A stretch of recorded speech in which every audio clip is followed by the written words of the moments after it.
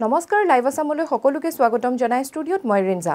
দক্ষিণ কলীয়া শ্ৰী শ্ৰী বৰবিষ্ণু আটাৰথান হিচাপে পৰিচিত নৱ বৈষ্ণৱ ধৰ্মৰ ঐতিহ্যমণ্ডিত চমৰীয়া সত্ৰত সামৰণি পৰিল সত্ৰ মহোৎসৱৰ সামৰণিৰ দিনা সত্ৰবাসীয়ে মহাপুৰুষ শ্ৰীমন্ত শংকৰদেৱৰ বিৰচিত ৰাম বিজয় ভাওনা বাটৰনাথ হিচাপে প্ৰদৰ্শন কৰে ৰাম সীতাৰ বিয়া হিচাপে অভিহিত বাটৰনাথ চাবলৈ সত্ৰধাম চমৰীয়াত ভিৰ কৰে হাজাৰ হাজাৰ ভক্তই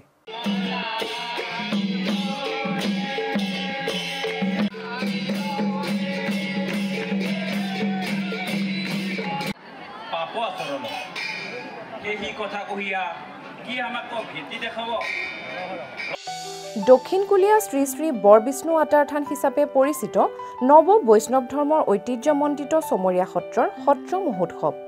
ফাগুন মাহৰ শুক্লা দ্বিতীয়াত চমৰীয়া সত্ৰত পালিত হয় সত্ৰ মহোৎসৱ তথা চমৰীয়া সভাৰ সত্ৰৰ প্ৰতিষ্ঠাপক শ্ৰী শ্ৰী বৰবিষ্ণু আটাৰ তিৰুভাৱ তিথিত মহা ধুমধামেৰে উদযাপিত হয় এই মহোৎসৱ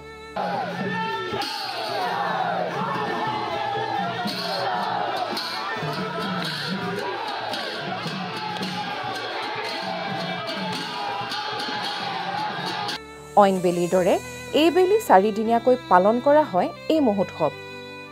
অন্তিম দিনা সত্ৰবাসীয়ে মহাপুৰুষ শ্ৰীমন্ত শংকৰদেৱৰ বিৰচিত ৰাম বিজয় ভাওনাক বাটৰনাথ হিচাপে প্ৰদৰ্শন কৰে ৰাম সীতাৰ বিয়া হিচাপে অভিহিত বাটৰনাথ চাবলৈ সত্ৰত ভিৰ কৰে অগণন ভক্তপ্ৰাণ ৰাইজে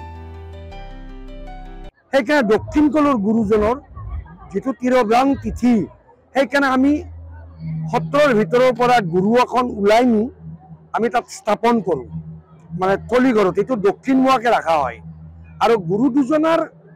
যি তিথি আমি সত্ৰৰ ভিতৰত কৰোঁ তাতকৈ এই উৎসৱটো বহুত ডাঙৰ হয় সেইকাৰণে গুৰু দুজন যাতে অপমানিত নহওক আৰু দক্ষিণ কুলৰ গুৰু হিচাপে আমি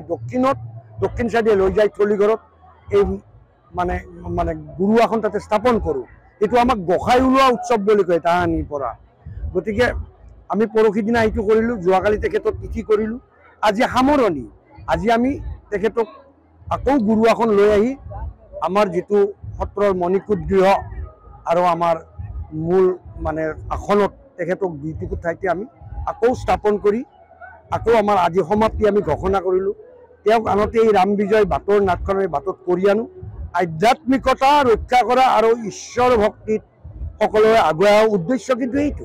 গুৰুকেইজনৰ উদ্দেশ্য এইটো আমাৰ সত্ৰীয়া সংস্কৃতিৰ বস্তুটোত কোনো আপুনি ৰং বিৰং এইবিলাক নাপায় কিন্তু তাৰে মাজতে যিখিনি পাৰিছোঁ আমি এইবিলাক ভাওনাৰ দ্বাৰা এইবিলাক মানুহক বুজাইছোঁ